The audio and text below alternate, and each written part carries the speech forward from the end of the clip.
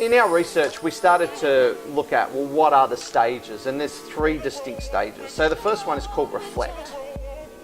So when we kind of go through something, we make sense of it. And what we looked at is that as you transition out of something, can you reflect on it, but in a healthy way? Because most people will reflect on what sucked, what was bad, what did I screw up, how could that have been better? But also looking at, well, what went well, what did I learn, how did I get better then?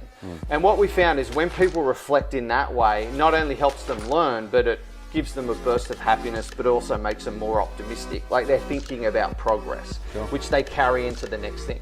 The second phase was rest, and that is where we become still and present.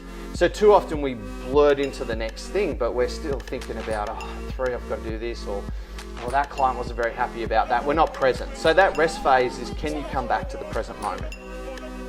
And the third thing is reset, where you think about, what am I trying to achieve in that next thing? Like, what do I have to be?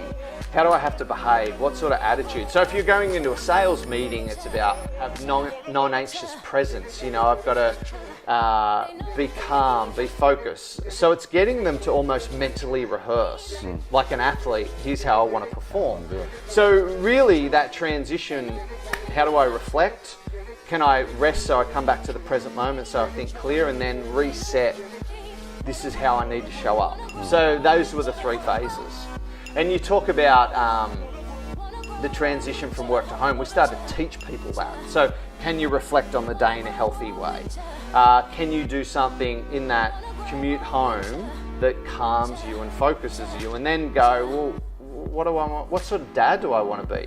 What sort of partner do I want to be? How do I want to behave?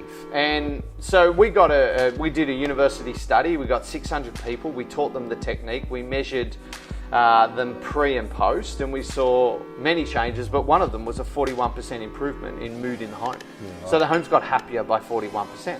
Like what people talk about is dramatically changes their life.